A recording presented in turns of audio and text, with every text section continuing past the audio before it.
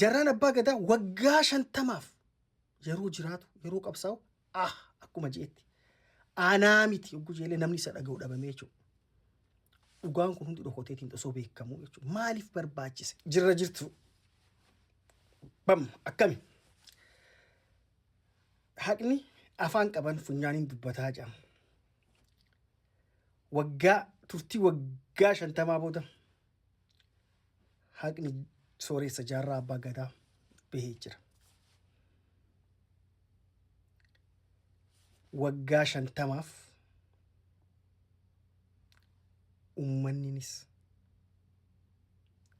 inninis haqa dhabee uummannis haqa gaafachaa inninis haqa isaa dhabee yakkan dalagin yakkamee waggaa dheeraa kana ture.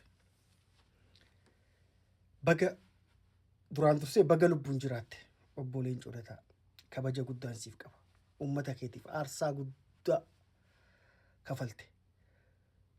Qaama ijoollummaa keetii qabsoo uummata kanaa keessatti fixxe. Rabbiin nama hundaafuu akka dadhabbii isaa galata isaanii deebisaa jechuudha. Uummata Oromoo biraa kabaja bara baraa qabda. Baga jiraattee baga as keessa siin jechuu barbaada. Duraan dursee obbo Leencoo Lataatiin jechuudha.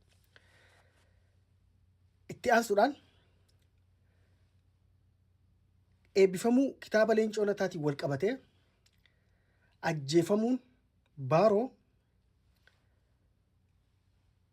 irratti gaafii waggoota dheeraadhaaf waggaa 50 oliif uummanni Oromoo gaafataa ture deebii obbo Leencoo Lataa kanneen jechuudha. Kennuun isaa waan gaariidha. Gaafiin kiyyamaa maaliif kana dura hin kennaminidha? Maaliif gatiin guddaan kun akka kafalamu barbaade? Faayidaan siyaasaa waan kana himuu dhabuudhaaf uummanni Oromootis jedhee dhaabni adda bilisummaa Oromoo argatu maali? Dhugaan hamma san dhoofamuu barbaachisamte kunuuf maaliif? Eenyuun miidhuufi? Moo eenyu fayyaduufi?